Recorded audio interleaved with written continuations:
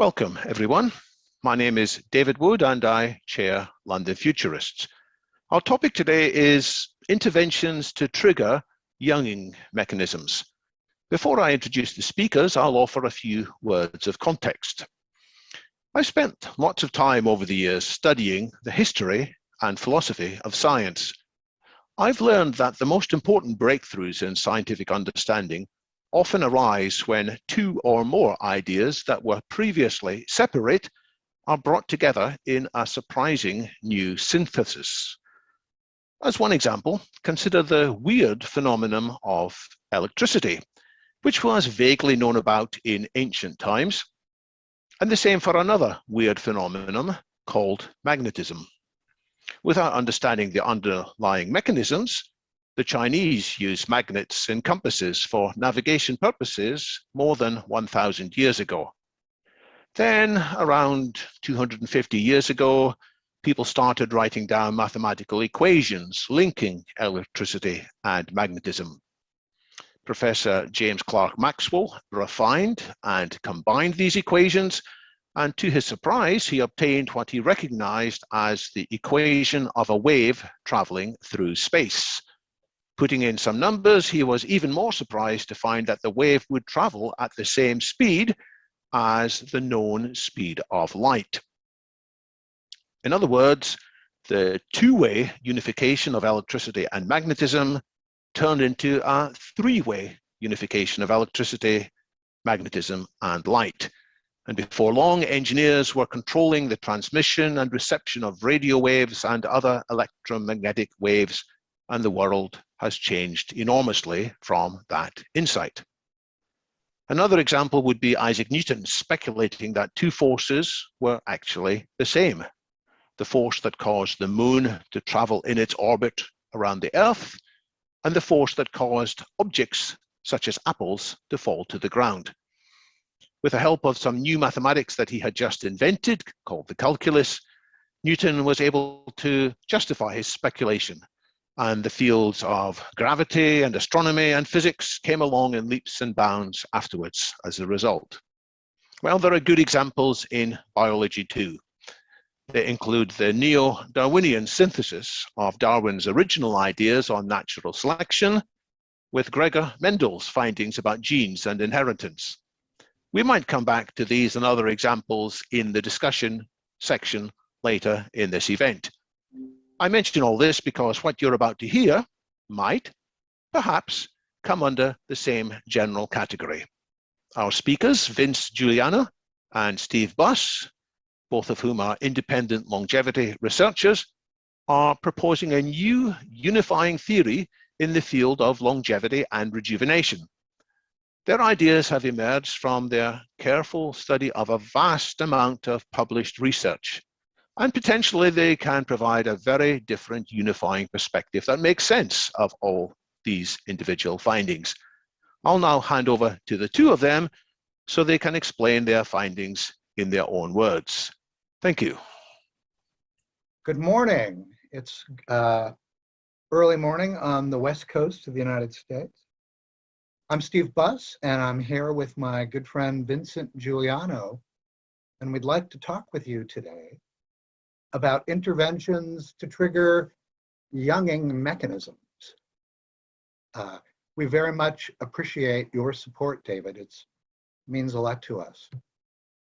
This talk today on April 9th is one of several talks we have either already done or will do.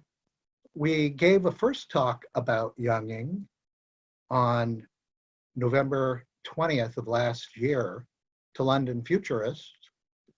Following that, a little more than a month ago, we gave two talks at Oregon State University on the Cascades campus about the two fundamental mechanisms of younging. And those videos, the YouTube videos of those two talks are now online. And I posted links to them in the comments of this meetup. Today, we're going to talk about interventions to trigger younging mechanisms. And then we have several more talks either already planned or in mind. And that strange acronym that you see on the line with May 1st, the acronym stands for the Programmed Younging Theory of Aging and Rejuvenation.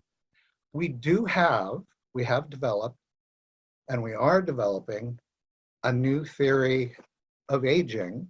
And in the process of developing it, we're trying to roll out a set of talks that cover various aspects of what we think this is. We're very happy to be here today to talk about intervention. In the talk today, first we're going to talk about how we think that we see the signal in the noise of much of longevity science literature. We're going to do a brief review of our previous talks about the Programmed Younging Theory of Aging and Rejuvenation. And then we will talk about PEMF, pulse electromagnetic frequencies. We'll also talk about some other interventions related to younging, and then Vince will summarize, and we'll be happy to answer your questions. The diagram on the right is the diagram that we used in our first presentation to illustrate the fact that in the anti-aging community today, there is no unifying theory of what aging is, what causes it. There are a lot of different theories, but no unifying theory, no integrated theory. And so what we end up with is a take on that ancient story of blindfolded or blind people touching an elephant and imagining what the elephant looks like, even though they're blind. There are multiple small theories of aging, but clearly not one that explains everything. And there are some interventions that demonstrate some profound benefit, but that are not explained by a theory of aging. Now, David Wood has written in his book, Abolishing Aging, about the idea that the longevity signal could be hidden in the noise of the explosive growth of the details of longevity science.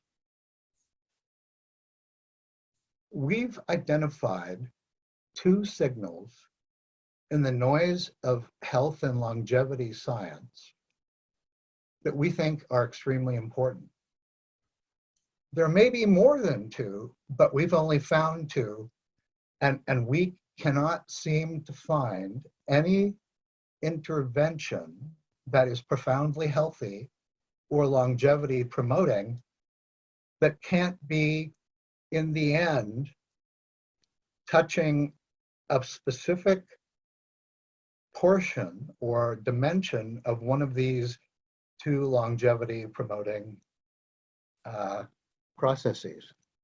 You'll notice that the graphic for this study, for this meetup, is this elephant on a treadmill doing exercise while the interventions are going on. You'll notice that we've said that there are some natural restorative processes going on inside the elephant. We believe that there are several different types of interventions that can be used to trigger those natural restorative processes that, taken together, we call younging. Starting in the lower left corner, one can take drugs or supplements. One can use photobiomodulation therapy, that is red and near infrared light. One can use concentrated oxygen in an exercise practice called EWAT. One can use PEMF therapy, which amounts to using electromagnetic signals to trigger biological processes. And one can also do something about blood circulation aging factor.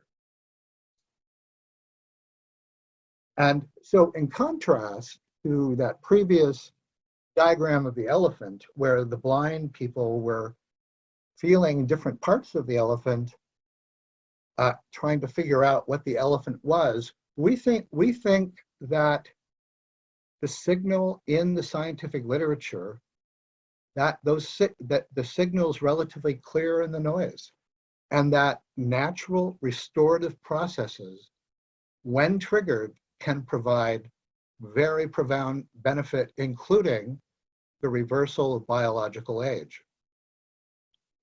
These two major processes involve triggering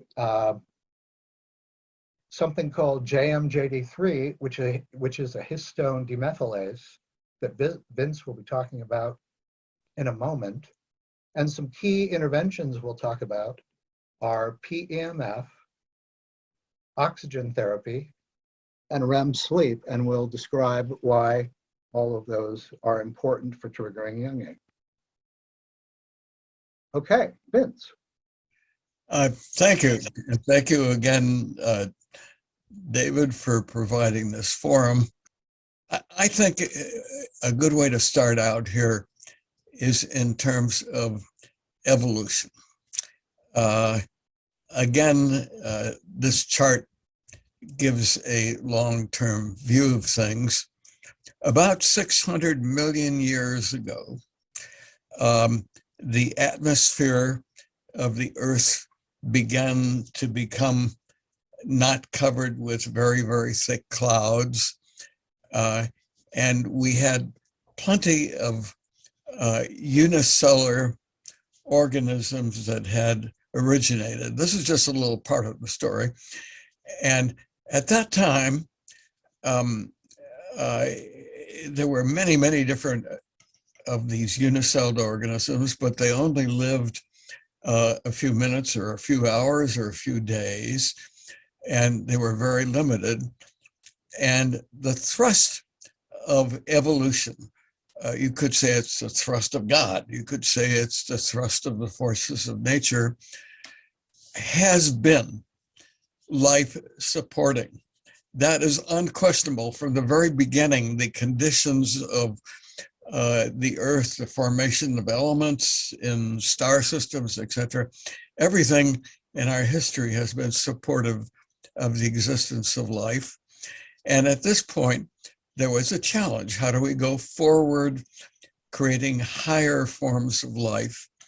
And the solution of evolution was to say, we've got single-celled organisms. Let's develop the situation by developing multi-celled organisms, starting with simple ones. Well, this imposed a significant challenge because the mechanisms that allowed single-cell organisms were insufficient to allow numerous cells to cooperate in various ways, let alone become organized in very complex ways. And at that point, evolution did an innovation, which was to develop mechanisms via the DNA, which allowed very large numbers of genes to be modified at the same time. The genes I'm talking about are associated with histones. This has to do with histone demethylation, which I'll get into in a while.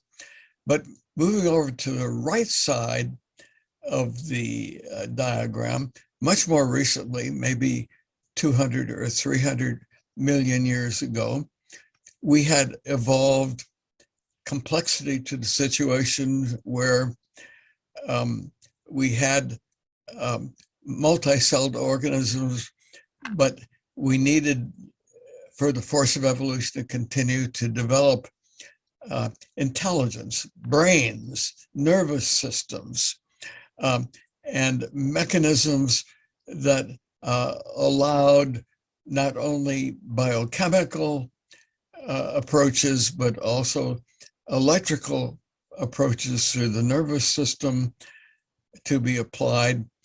And at that point, there was another innovation called the CAP, which was an innovation to facilitate longevity in the face of these additional mechanisms which are coming into being. So we're going to talk about those 2 points. These are just 2 things which we think are very important. We think they're important because these numerous adaptations using these 2 approaches have been made in the process of life. There are numerous adaptations, and we believe these can be exploited in interest by understanding them consciously and moving forward with social evolution. We can utilize them to live better, fuller, longer, and more healthy lives. In terms of histone methylation, what histone methylation is, I'll get into in a minute. But it's a way of switching very, very large numbers of genes at the same time. This was useful because in the development of multicellular organisms, you needed to have a time sequence of embryo development, of organ development, a very carefully articulated time sequence. And in order for that time sequence to happen, you had to have a way of turning off large numbers of development genes at various points or turning them back on in context. And this mechanism allows that to happen. The mechanism is showed today by the renewal of somatic cells due to stem cell differentiation and proliferation. As you may know, blood cells are replaced every 15 to 30 days. Unless they were replaced by a renewal process called hematopoiesis, we could only live 15 to 30 days. We would not enable life to happen. And the whole story of stem cells and blood cells replacement depend on this mechanism.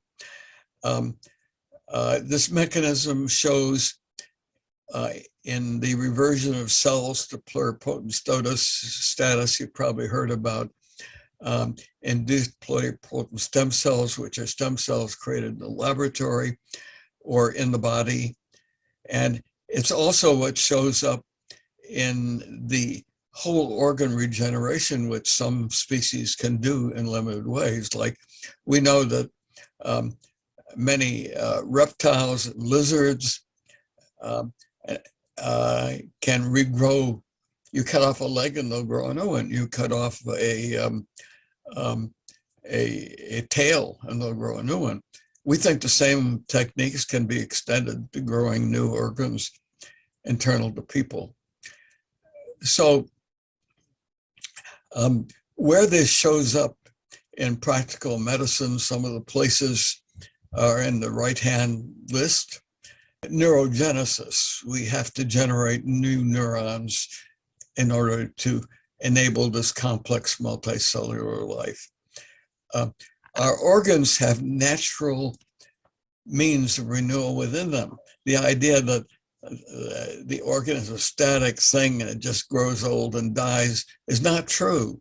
We wouldn't have hearts that last very long, maybe a few months without renewal of organ tissue. DNA repair is another one. We're all familiar with wound healing. What happens? You get a cut or a bad insect bite, inflammation sets in, a sequence of processes takes place, and before you know it, the wound is gone. And the same happens for surgical wounds. This all depends upon the mechanisms we're talking about. The mechanisms apply to suppressions of cancers, control of chronic inflammation, and many, many biological processes of renewal. You've probably heard of one of many listed here called the unfolded protein response. So all of these things are involved in the protection against lethal information that has allowed multicellular organisms. Next slide, please, Steve. Histone demethylation is very different than the kind of demethylation you may have heard about. First of all, what demethylation means is that the genes are covered by methyl groups, which silence them. They mean that the processes those genes represent cannot be expressed when they are methylated. And what's interesting about histones is that they repeat. There's 21 human chromosomes, all have hundreds or thousands of nucleosomes, which you see are sort of the spools shown on the left. Strands of DNA are wrapped around the chromosome, around those nucleosomes. They've said that if you took a single strand of DNA and unwound it and stretched it out, it would reach from here to the moon. So there are hundreds of thousands of those nucleosomes in each of our 21 human chromosomes. And each of those nucleosomes has numerous positions for a particular kind of methylation, a particular location, which is called H3K27Me23. That stands for histone 3, position on the histone, a lysine position of K27, and methylation, either double or triple methylation, which is a way of telling all the genes involved to shut up. You cannot be expressed. You cannot make your protein. So it's simple to say that you can methylate one histone position, and because it repeats so often, you can shut down or silence thousands of genes. Similarly, it turns out that nature provided us with this demethylase, with reverses that methylation called JMJD3, which can activate the same tens or thousands of genes. So this isn't a matter of shutting up a gene here or there, or shutting up a few genes or activating genes. They are macro changes in the genome by mechanisms that evolution developed. Again, I said about 600 million years ago. Next slide. Okay, we have about 35 trillion cells. Clearly, in the evolution process of going from single-celled organisms to ones that articulate the activities of 35 trillion of multiple kinds, there's much, much complexity. That complexity used this methylation mechanism of turning on groups and turning off groups of genes in numerous different ways.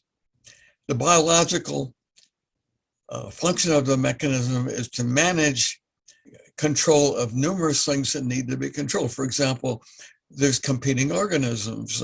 We compete with other organisms, and how do we fight them?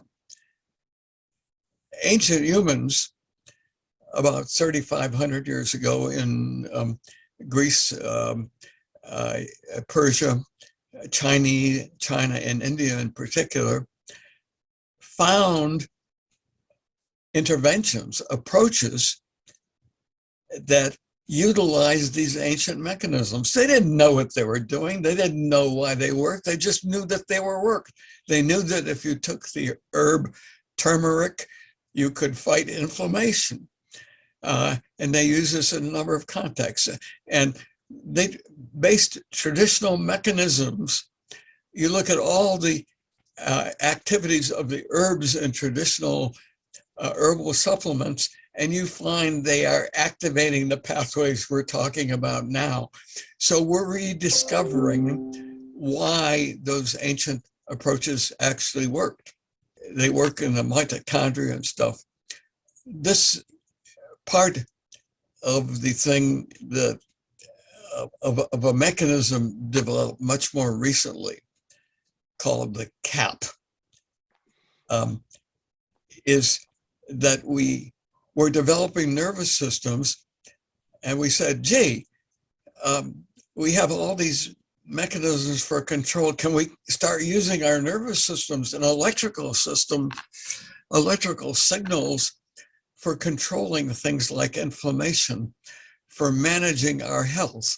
So we evolved something called the vagus nerve, which controls numerous biological processes, and also controls a phenomena called the CAP, which Steve is going to talk about, which controls inflammation. And it does this by transforming the type of a macrophage from an M1 to an M2 status, that is, from an anti-inflammatory to an inflammatory status. This means that if you get a set of inflammation in your body in some place, the vagus nerve incoming signals come into the vagus nerve saying, we've got a problem in sector 3142. We have a problem in the liver, or we have a problem here or there. And the vagus nerve says, okay, we'll take care of that. It sends signals down to the spleen and other organisms, which generates anti-inflammatory substances, acetylcholine, and anti-inflammatory processes. So this is an example of a later thing. This adaptation is the key, we believe, to many Jungian interventions we'll get into. Steve, take it away. About the cholinergic anti-inflammatory pathway, we're not going to review the impact that triggering it can have on increasing survival probability. We have talked about increases in survival probability due to triggering the cholinergic anti-inflammatory pathway, the CAP. In other presentations, though, including in the first presentation we gave at Oregon State University on March 3rd, and a link to that talk is in the comments of this meetup. One key thing to note, both the histone demethylases, especially JMJD3, and the cholinergic anti-inflammatory pathway, they both transform macrophage M1, transform M1 macrophages to an M2 phenotype, even though they do so in different ways. So, Vince, this is back to you. Individual genes can be shut up by methylating them. They can be activated by acetylating them. And there is a whole histone code, which I can't get into. But for example, looking at longevity interventions that are popular in the longevity literature now, in the left-hand list, we know, for example, the increasing expression of NAD plus and sirtuins increases DNA repair, increases mitochondrial survival, etc. Well, histone acetylation and methylation play important parts in this. Clotho is an intervention that clearly extends life across a number of species. We know that promoter region demethylation is necessary for longevity benefits. As a matter of fact, taking therapy invokes the action of JDJM3. We're going to talk, Steve is going to talk more about hypoxia and oxygen therapy. We started to breathe. We depended on that atmosphere going back a billion years.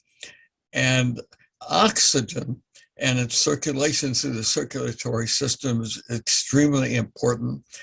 And there are plenty of articles in the literature. By the way, we're talking about 1.5 million new publications in PubMed every year to keep track of.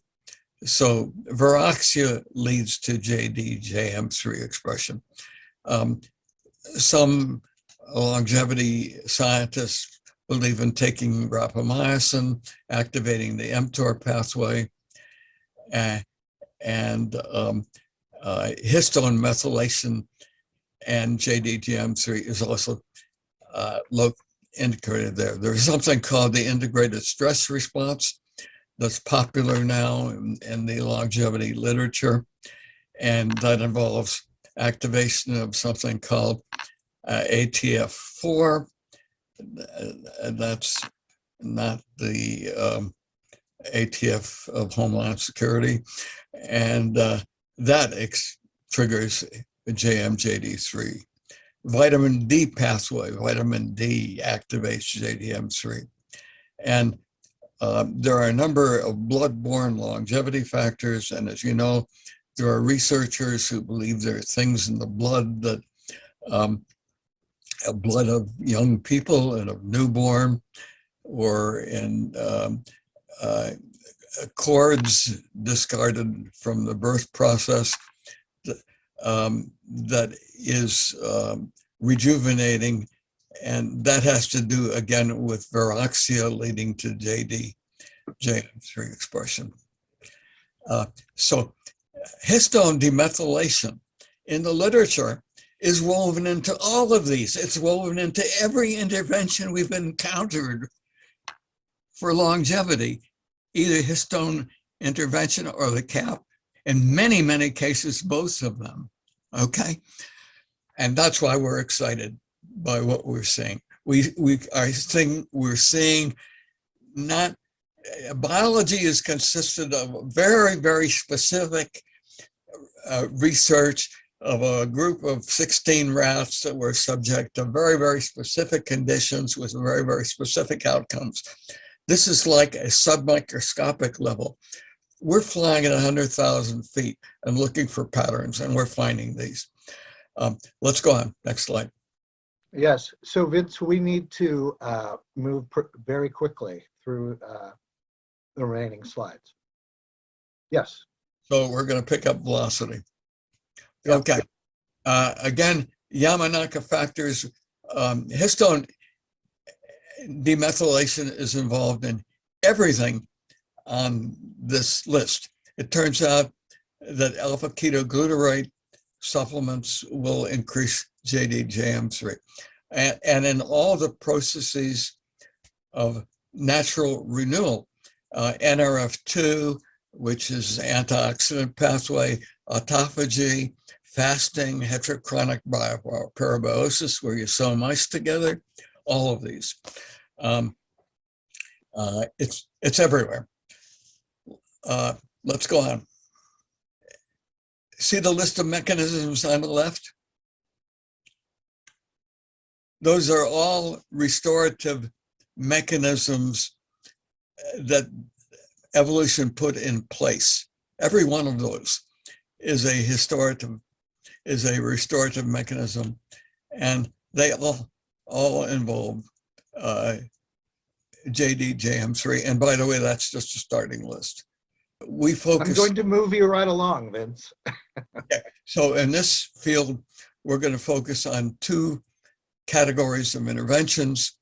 One has to do with pulse electromagnetic fields, and the other has to do with a variation in oxygen supply. We pick these because there's been a great deal of research on these, and it's largely unknown in the longevity literature, and largely speaking, longevity people don't talk about them. There are large practicing communities. These are not new things. These are things having long histories of practice showing positive benefits, in which there are significant bodies of research and literature, not known to longevity people by and large, but still very significant. These devices shown on the left are among many different form factors of devices for generating pulse-electronic magnetic fields. Some of these devices, like one of these that I'm going to put on my head right now, are available on Amazon.com for a few $100 and can do amazing things. Do you want to say what this has done for your sleep, Steve? Yes, I'll talk about that later, but I'll mention it briefly. Compared to taking a substance like melatonin or tryptophan or some other sleep-promoting substance, using this little device called the NeoRhythm that you can purchase at Omni PEMF, my REM sleep on average has doubled. On nights that I get 6 hours sleep, most of the time now, and using this device, I'm getting 2 hours, 2.5 hours of REM sleep. It's an amazing development. And what another piece of the puzzle that's amazing, the reason for why this works is actually described in the scientific literature. Yeah, let me mention a personal benefit. My heart rate variability was running around 30 to 40, which was decent and not bad. Since I've been using this device, my heart rate variability has shot up to 125 or greater. And this is a clearly in the literature an indicator of longevity and of a healthy heart condition. PEMF works through the vagus nerve. It can be generated. It turns out that 40 hertz is what's really important to generate the vagus nerve. You can do this with all those interventions shown: flickering light, acoustic waves, or electromagnetic signals. It turns out there's something quite magic around 40 hertz in terms of health benefits. I suggest, by the way, this presentation will be available online. You can take it and read it more carefully. So I suggest we go into hyper warp mode now, but you take your time and read it later. It works through the mitochondria. The mechanisms through which it works are documented in the literature, the biological pathways. I'm just going to list all the things quickly. It's good for highlighting only things on the left. Ischemic diseases like myocardial and infarction, all the diseases that involve cut down of blood supply. It produces significant positive effects. It can be used to regenerate skin, neurons, bone tissues, more on ischemic diseases. These show some of the impacts. The black lines are with PEMF therapy, and the white lines are without PEMF therapy in dealing with ischemic myocardium. That's a cardio condition. You can see that the recovery parameters are much, much better. Moreover, there is this shows a regeneration of blood supply tissues and the revascularization with PEMF. Again, the black bars show the positive effects. Wound healing, profound effects, faster and better and more complete wound healing. Research, there's documents on this, real hard research. Osteoarthritis, bone growth, regrowth of bone tissues, all these regenerative processes. Joint inflammation, control of inflammation is a very important thing. And in sports industries, sports injuries, as a matter of fact, a lot of the practical work here has been in the sports field, appealing to sports people. Tissue renewal in general, revascularization, angiogenesis, restoration of growth factors like VEGF, and numerous biological changes in molecular substances. Astronaut fitness in space. NASA has provided astronauts with these devices to take up in space with them because NASA has recognized what they do. Pain management is used in dermatology, ophthalmology, hearing, gastrointestinal weight management, gerontological patient management. These are all fields where there's literature documenting the use of these. This book, by the way, this blue thing is a definitive book on the subject. Part of the problem with PEMF is that there's many, many parameters. Pulse frequency, pulse shape, pulse length, signal intensity. Where do you put these devices? Which form factor is best? How often do you administer it? What is the intensity of administration? All of these are open questions, and there's very, very many parameters. There's a lot of stuff that really works very, very well, such as the sleep results that Steve and I described. But in other cases, we're just blundering in parameters. We don't know what works.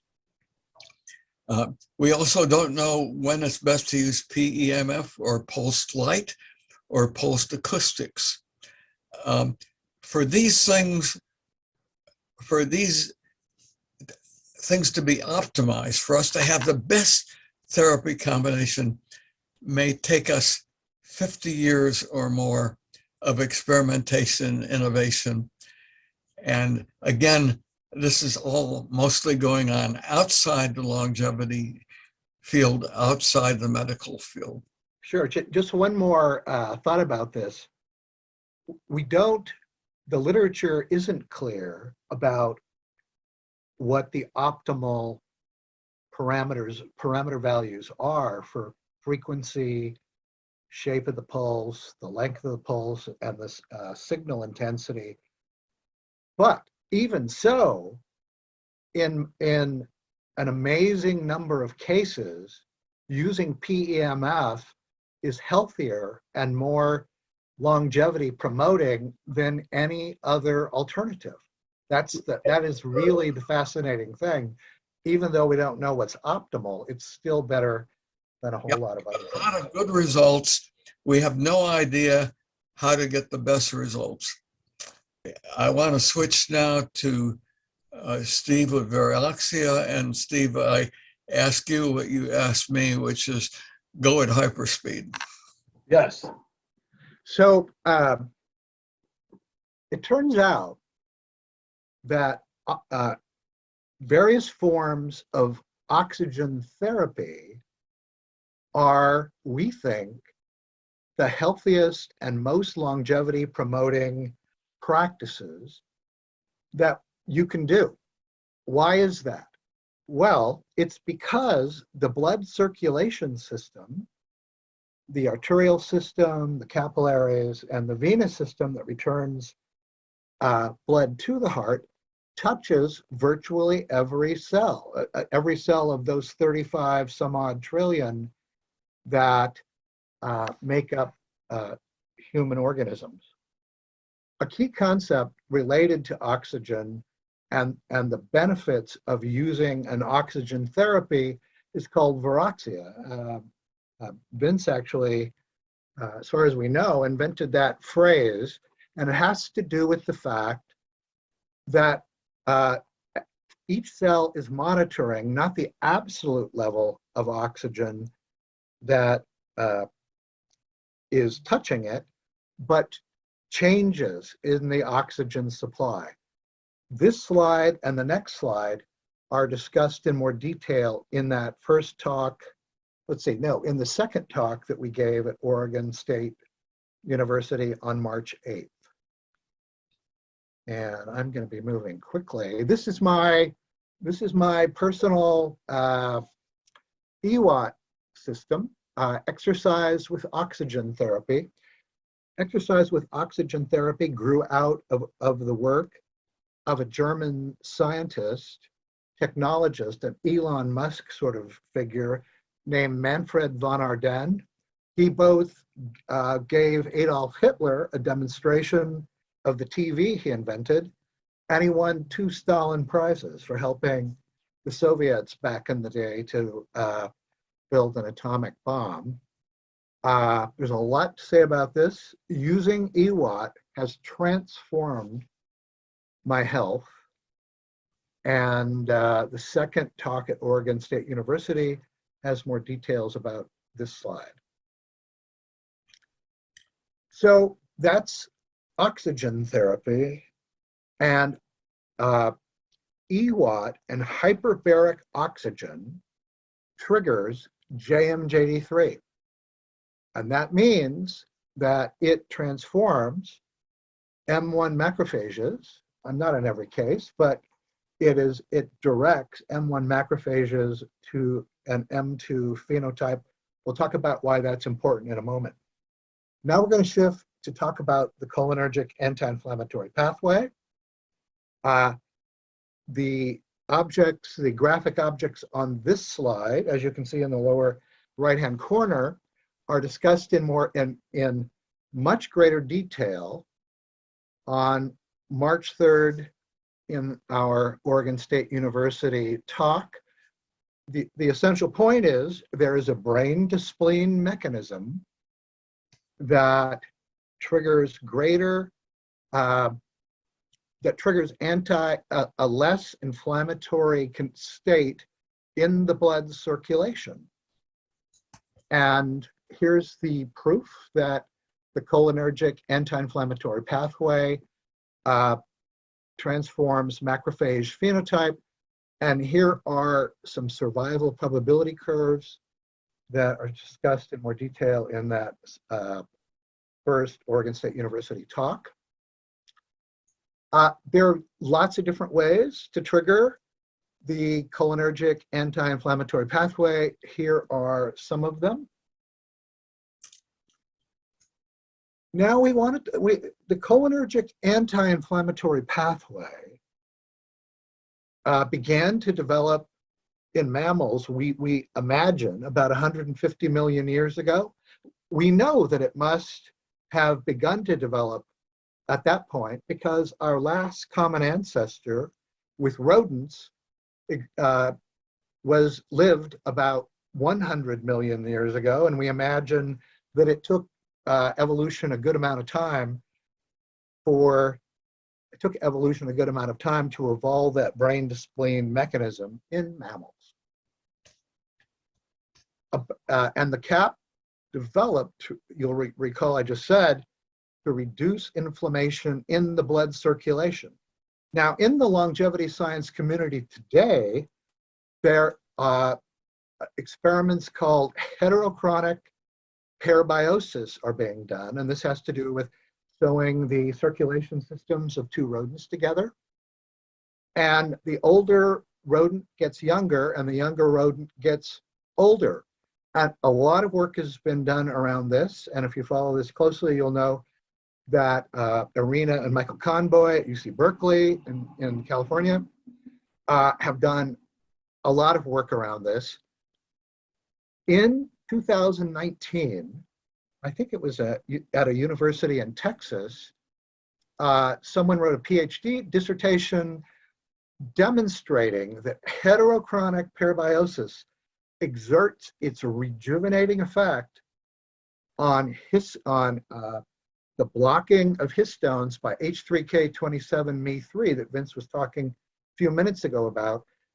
Heterochronic parabiosis produces younging in the older rodent because of JMJD3 demethylating H3K27Me3. Here's the name of the study, of the PhD dissertation. You can Google that name and you will find the PDF to the dissertation. This is an example of what we're finding that causes us to say, we think we've found the signal in the noise. This is an example of that. But let's review younging and aging blood plasma factors. What do we know?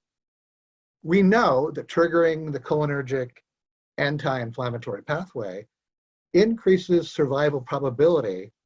What we know is that Mother Nature must have done trillions of double-blind studies that enabled mammals with this brain-to-spleen mechanism to evolve. We also know that the cholinergic anti-inflammatory pathway increases the macrophage M2 to M1 ratio, both in the spleen and in the blood circulation. We also know that heterochronic parabiosis and blood plasma dilution increase more youthful effects. The Conboys did a study, I think it was last year, 2021, I believe, showing that merely diluting blood plasma also provides youthful effects. We know that heterochronic parabiosis reduces H3K27Me3 via JMJD3. We know it increases the M2 to M1 ratio in macrophages. And we also know that an FDA approved procedure, therapeutic plasma exchange, increases expression of youthful factors in humans. We also know that oxygen, as I was talking about a minute ago, when you do oxygen therapy, either in a hyperbaric chamber or by doing EWAT, it also has these same effects. The work of Mother Nature on the cholinergic anti-inflammatory pathway and the work of humans on heterochronic parabiosis confirm the findings and the value of that work. Certainly triggering the cholinergic anti-inflammatory pathway is worth focusing on because it increases survival probability, and Mother Nature developed it. That is an amazing fact. But we can also ask, are there ways we might dilute blood plasma aging factors to achieve benefit? If we were to do that, what would be the most effective and affordable ways to take action? One of the things that we know is that the cholinergic anti-inflammatory pathway, triggering it via PEMF, appears to improve sleep. We know that because both Vince and I have these devices that we use now every day to help to improve our sleep. And we believe that REM sleep and the benefits of REM sleep are due to the triggering of the cholinergic anti-inflammatory pathway. Why do we believe that's true? It's because in the brain, the M1 muscarinic acetylcholine receptors triggers the cholinergic anti-inflammatory pathway. The Chrome1 gene controls that receptor, and the Chrome1 gene also regulates REM sleep. We know that faulty REM sleep leads to profound health issues, negative health issues. And we know that faulty cholinergic anti-inflammatory pathway processing leads to profound health problems. The question is REM sleep healthy because it triggers the CAP? As far as we know, that question has not been answered in a scientific experiment, but we think that's the reason why. In other words, not only did the evolution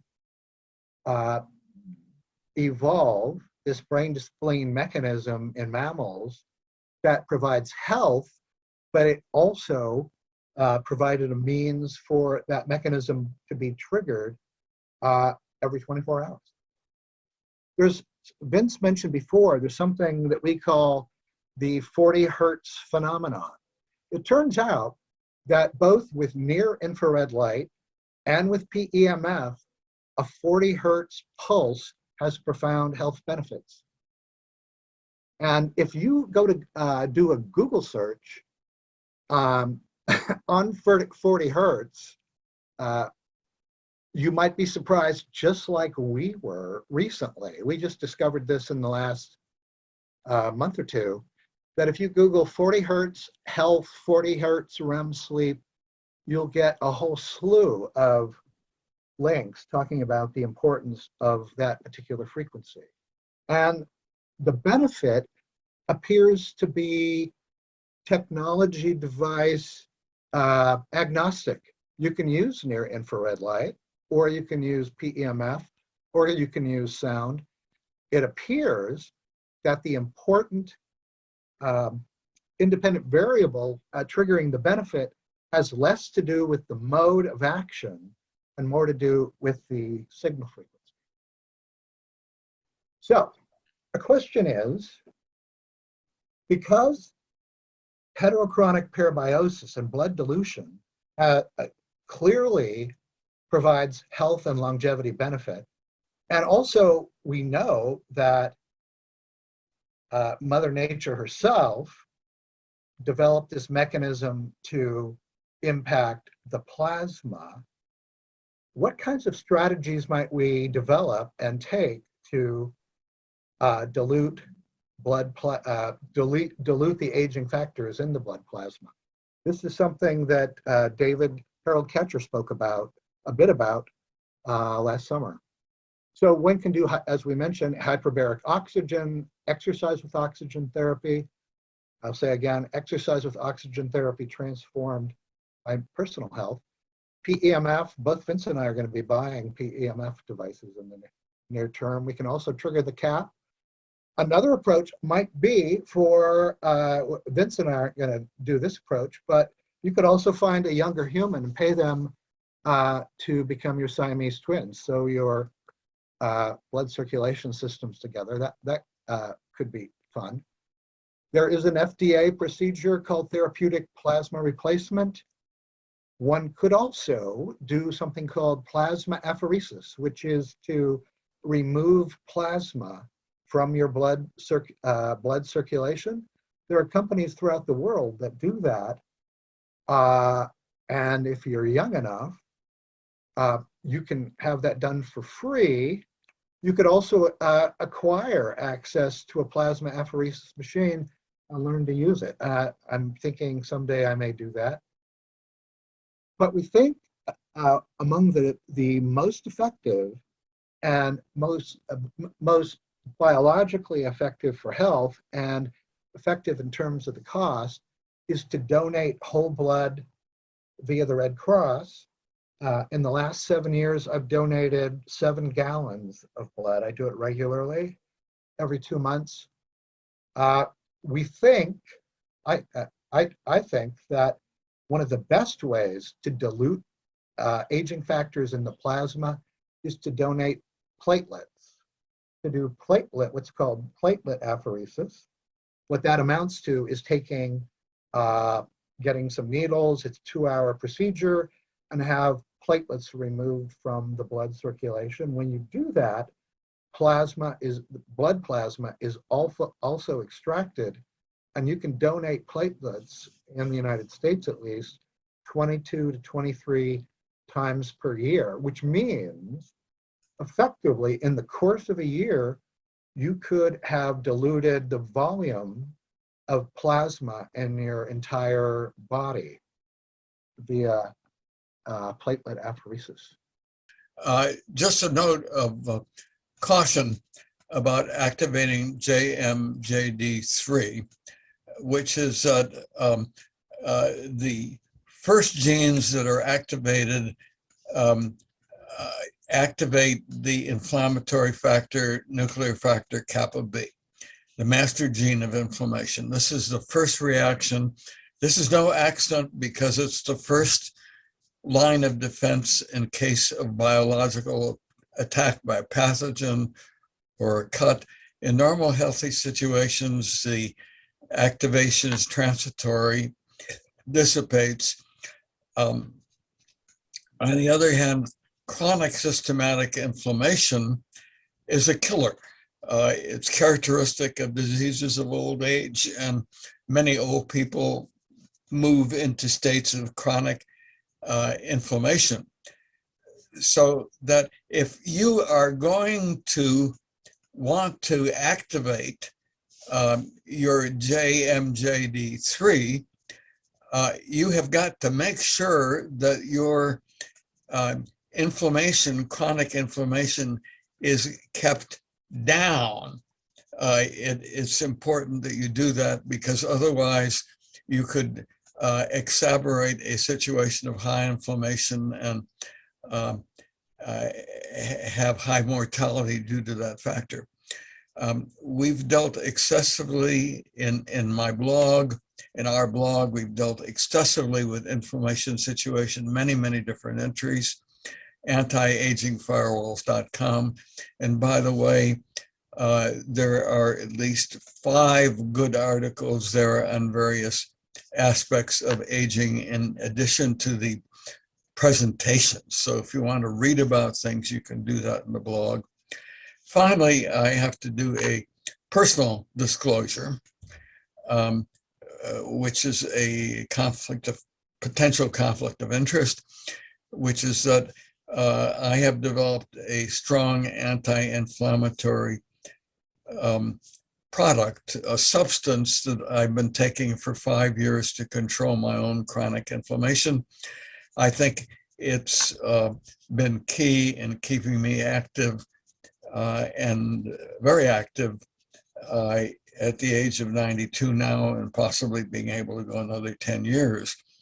The substance is available commercially, called 4-Herb Synergy.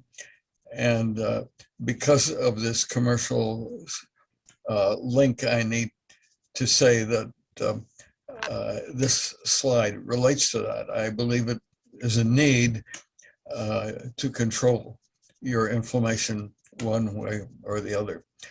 Summary, mechanisms, they can be triggered many ways. We know several good ways now. We know many other ways. We focus here on tried and true mechanisms that are not discussed in the anti-aging literature very much. These have been known for many years, have provided significant benefits. There are significant groups or communities of innovators using these, and there are variations of them. For example, in the oxygen field, there is a whole subcommunity that uses hyperbaric therapy, high pressure chambers. And there are other forms such as that than the ones we've discussed. I'd like to wrap up finally with a just personal note of where we are. And it's where we are in the long term, and where we are, us, the 3 people on the screen, and those of you who are listening to you. Somewhere around the time of the invention of sanitation, the clearing up of the horse manure from the streets of London, clean water systems, and then a long history of public health developments like anti-smoking and seatbelts in cars. The main thrust of evolution for longevity has been via us human beings. it has used us to channel that evolution through social evolution. It's all these mechanisms that enabled us to go from average lifespan of 25 years to average lifespan of 80 years have been social developments mediated by the human beings. Now, this research we're doing is part of that social evolution. The three of us on the screen are part of that process.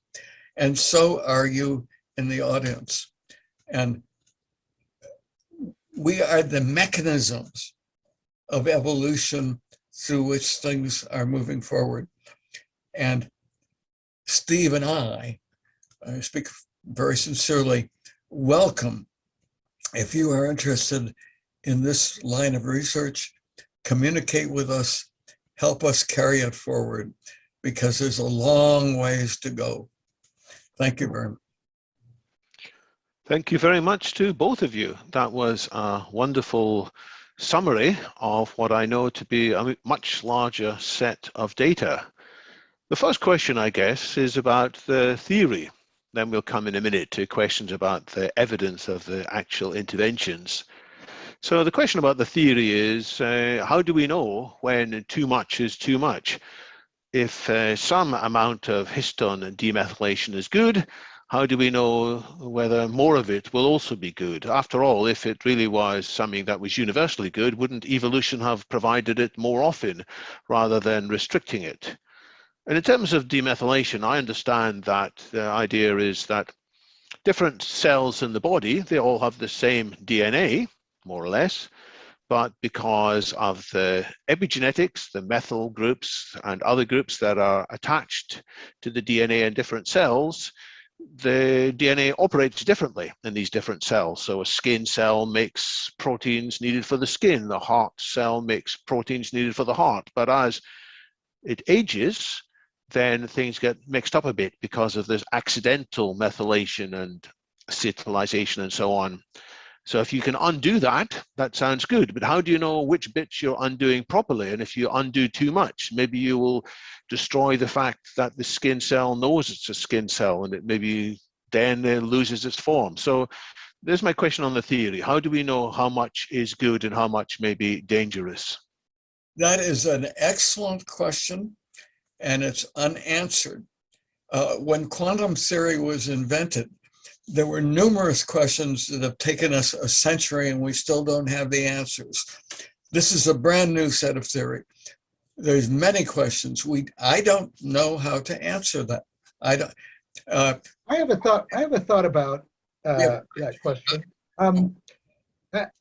Actually, I think that question is better directed at the scientists who are doing epigenetic reprogramming using the Yamanaka factors. Triggering JMJD3 is the key resilience promoting mechanisms of humans when we're young, up until about the time we are in our mid-20s. This is on the decline of JMJD3 has been found in scientific studies to be the cause of the beginning of aging, the beginning of humans having less resilience in our mid-20s. Richard Morimoto and at Northwestern University, United States, figured this out in humans and published about it in 2015 and 2017. Seth Grant in the UK at Edinburgh University identified a similar mechanism in humans. I don't know that this is true, but this is what I believe at this point, is that working to trigger JMJD3 through natural means like oxygen therapy, PEMF, it seems to me there's very little that could go wrong with doing lots of exercise. That's why we focused on tried and true techniques that have existed for a long time and are known to be non-dangerous.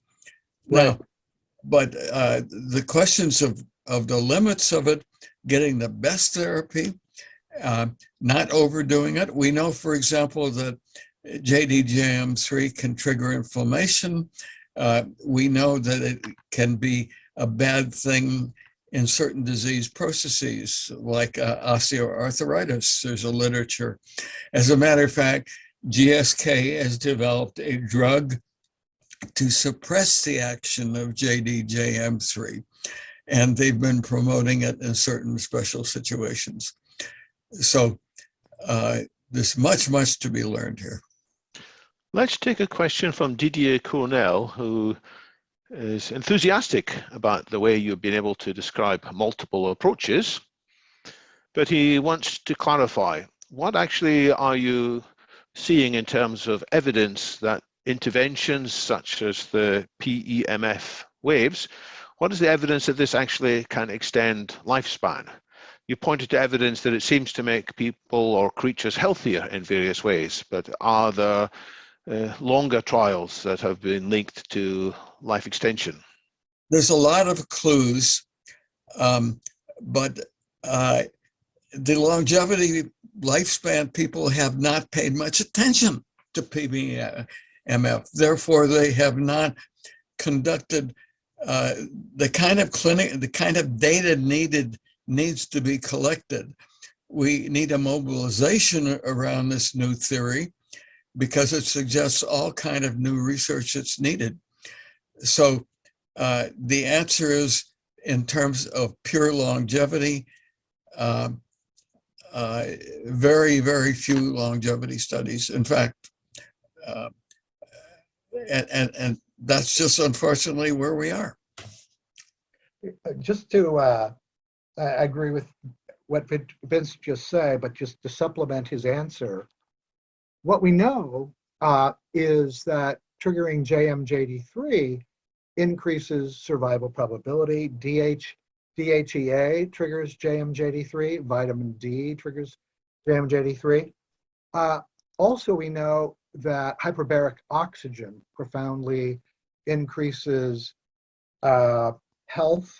And there was a study done and published, I think it was 2020 in Israel, in which hyperbaric oxygen therapy was used, and telomere length increased, and there was one other aging factor that was impacted.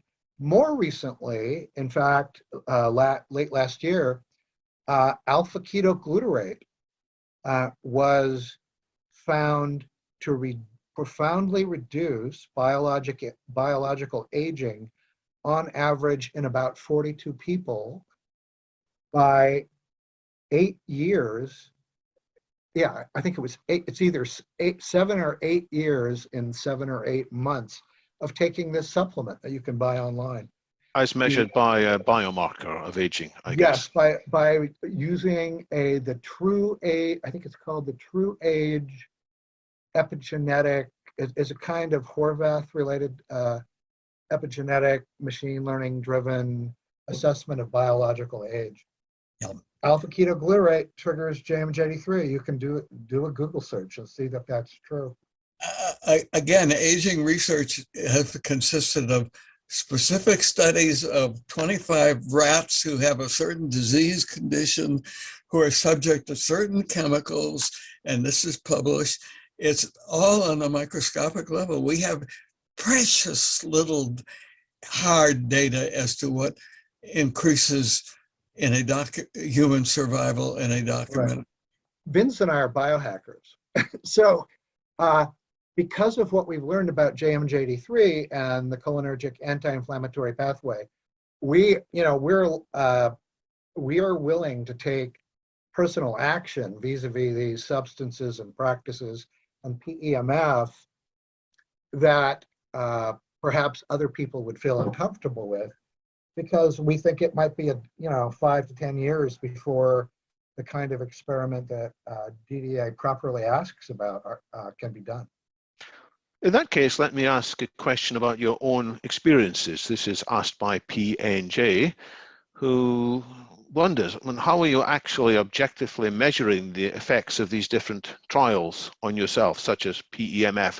After all, you seem to be doing multiple things at the same time. How do you know which one is having effect and which one isn't? And secondly, how do you know that it's not just a kind of placebo? After all, you're very interested in your own health, and if you think that it might improve your health, then it could by the poorly understood mechanisms of placebo. Let me answer that personally.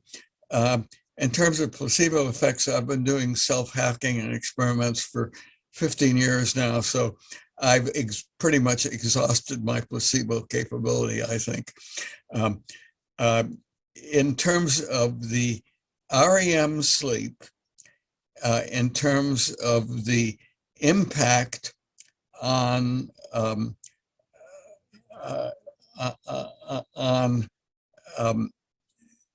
heart rate variability, heart rate and stuff. I see this measured through my Oura Ring app. Every morning I open that app up and it gives me my sleep indicators for the previous night. I have charted them. I know what happens if I don't use this device for a couple of days. The scores go down. I can see that very, very clearly in the data in that. But this is a very limited form of feedback, but I think it's important. Thanks.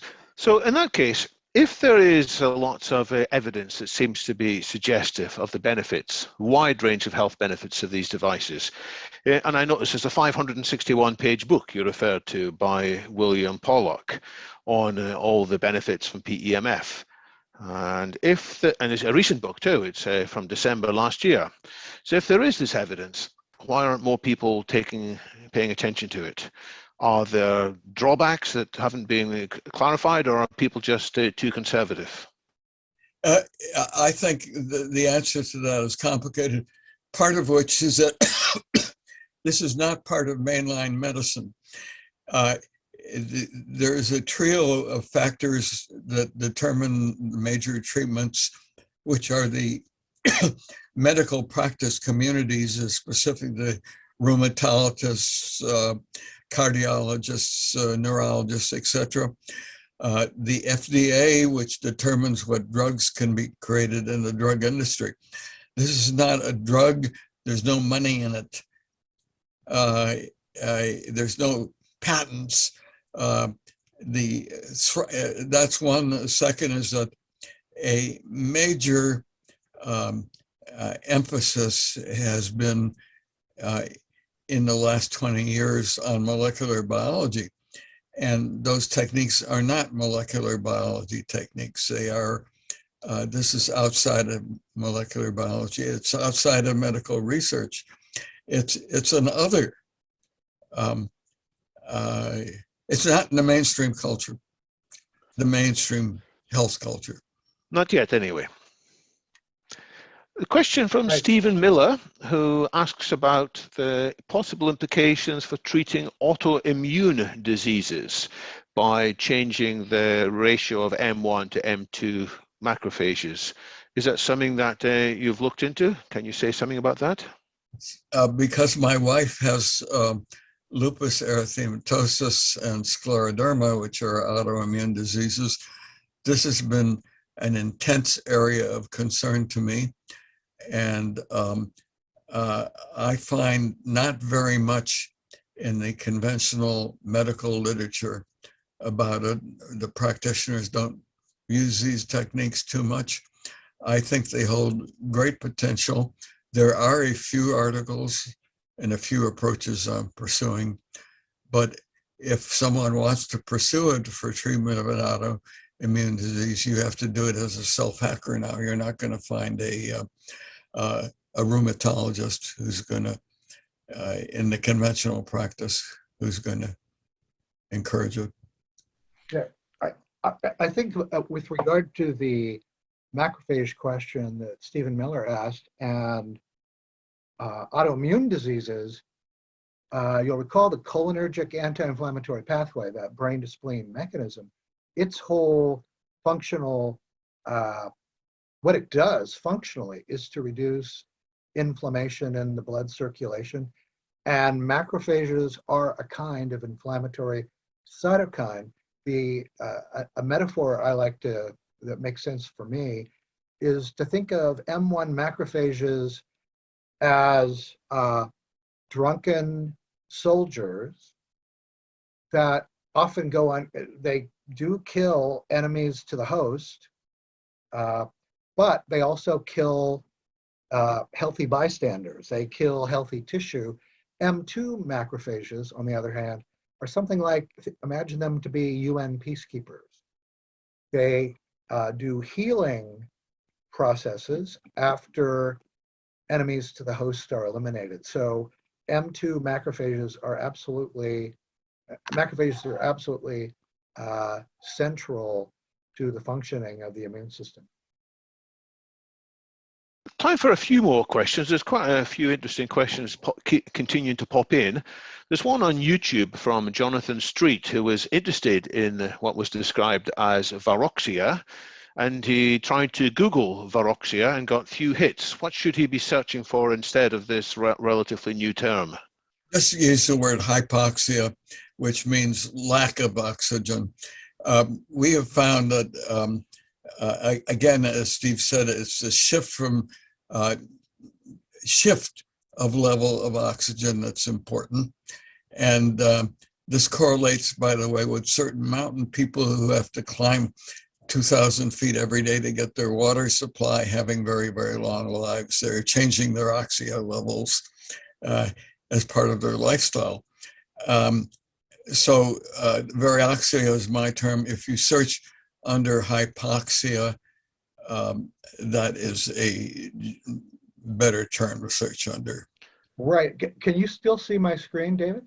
What I suggest with regard to varoxia, the article to look at is called The Hypoxic Paradox, published in 2020. These graphic figures are from that article. And we haven't wanted to call it hypoxia because hypoxia is a state of a lack of oxygen, and hyperoxia is a state of a lot of oxygen.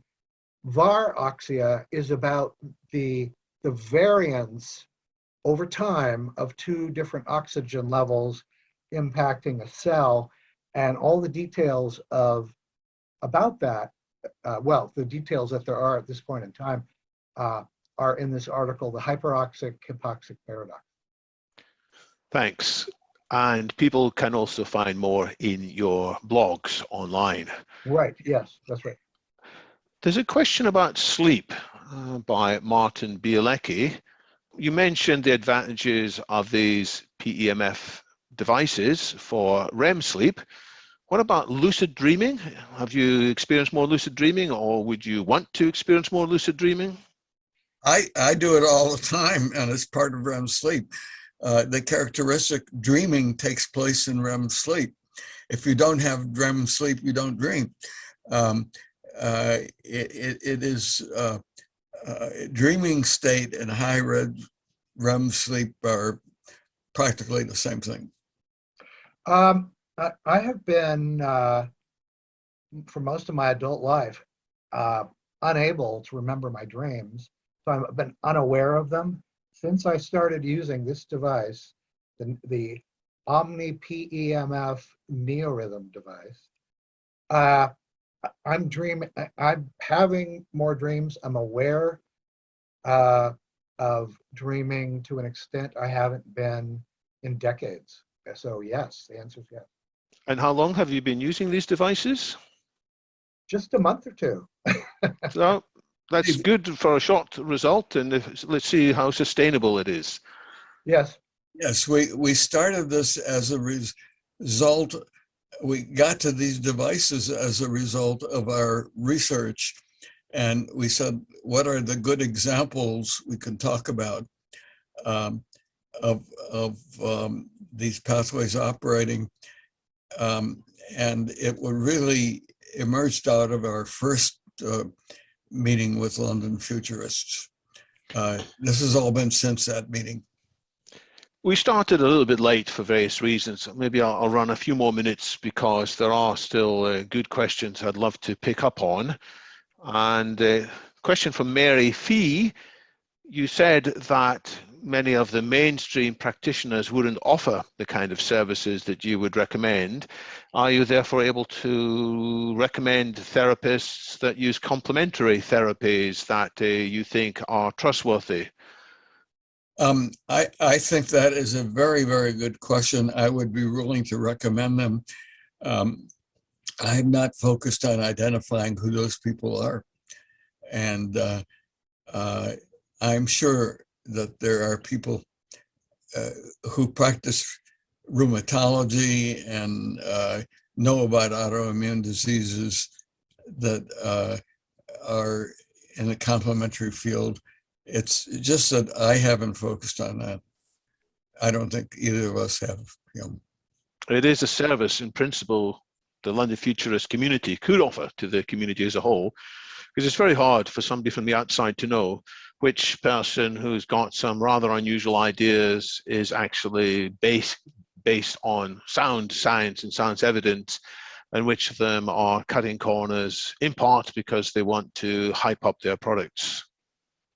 Excellent, excellent point. But we have nothing to sell. Vince has an anti-inflammatory supplement that he sells, but that's not why we're talking about this, and I have nothing. I haven't. It's a business that has not really, barely broken even, but has a small community very dedicated to it and using it. Question by Darina Shields, who wants to know a little bit more about your experience possibly with platelets apheresis. You talked about that as a mechanism. Have you any personal experience of that you can say more about? Yes, I have done, I have probably done platelet apheresis, I would say 8 to 10 times. And I have been trying to figure out a way to get back into doing it. Let me describe why I had to stop. I am focused on dramatically reducing inflammation in my body. And it turns out there is a positive correlation between inflammatory cytokine level and platelet count in the blood circulation.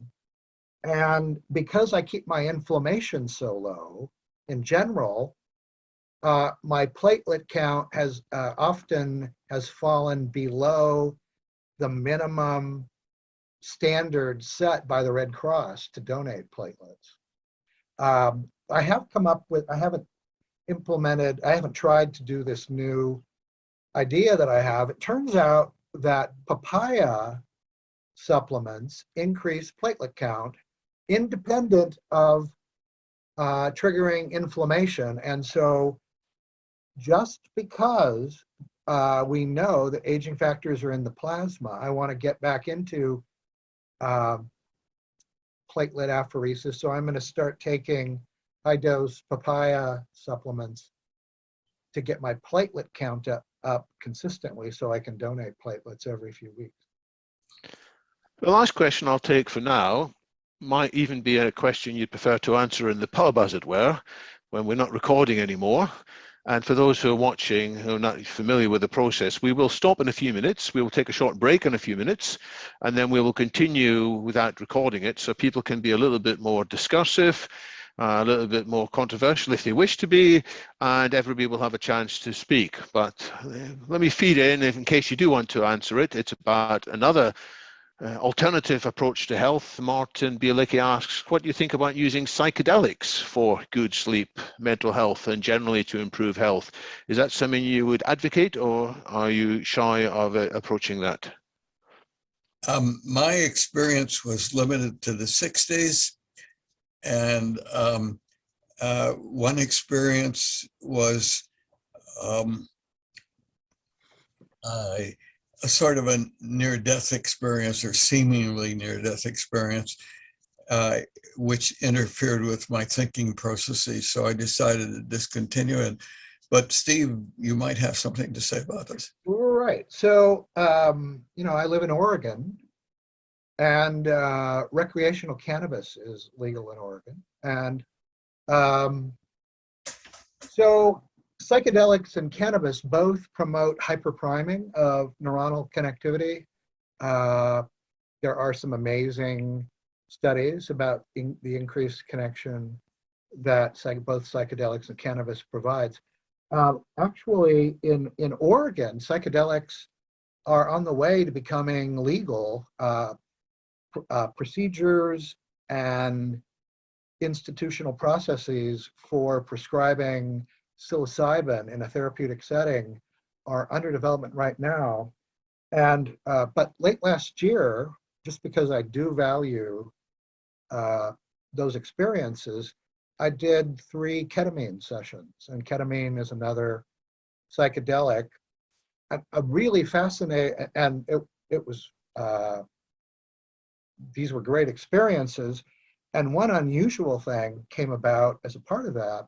During one of the sessions, I think I had my first true psychedelic experience. It turns out that, don't want to digress too much here, turns out I have something called aphantasia.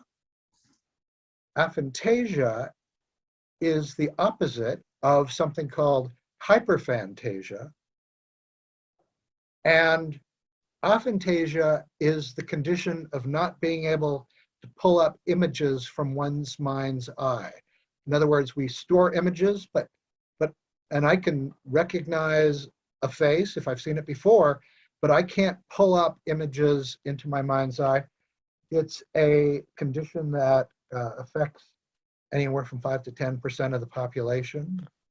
But during this one of my psychedelic experiences, it was in color, and it has been suggested that psychedelics could be helpful in dealing with the state of having aphantasia.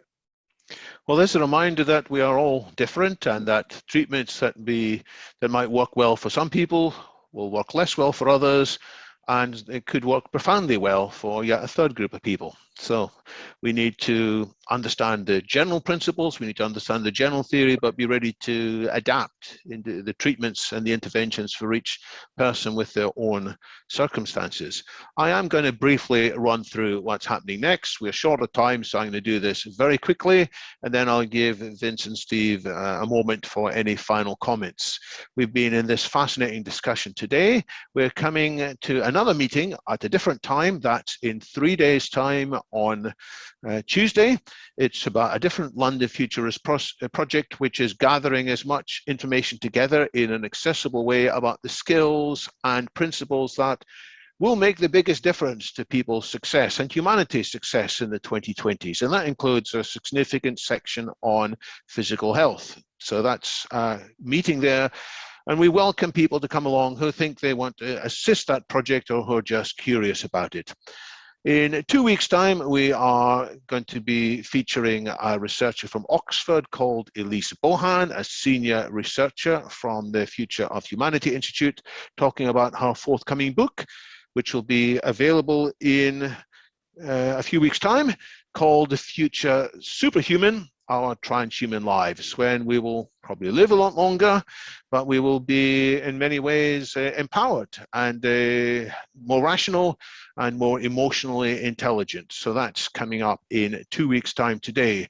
Looking further ahead, 3 weeks' time, we are having a joint meeting with Fast Future and the Millennium Project, UK node, on controlling artificial intelligence before artificial intelligence controls us. And the speaker on that occasion is Tony Zarneski, who has given a great deal of thought to this particular topic. He has his own views as to how we might best manage this challenge. That's in 3 weeks' time from today. And then In 5 weeks' time from today, we're coming to a different speaker on broadly the same topic. It's a complicated topic, so it deserves multiple points of view. This is a speaker called Stuart Armstrong, who has been also at the Future of Humanity Institute as Elise Bohan for many years, and recently he has co-founded a new group called Aligned AI with a different approach to solving the question of control, arguing that as long as AI is sufficiently aligned, we won't need to bust a gut trying to control it. So that's something else to look out for, and it's another joint event along with Fast Future and the Millennium Project. That brings us back to today's event.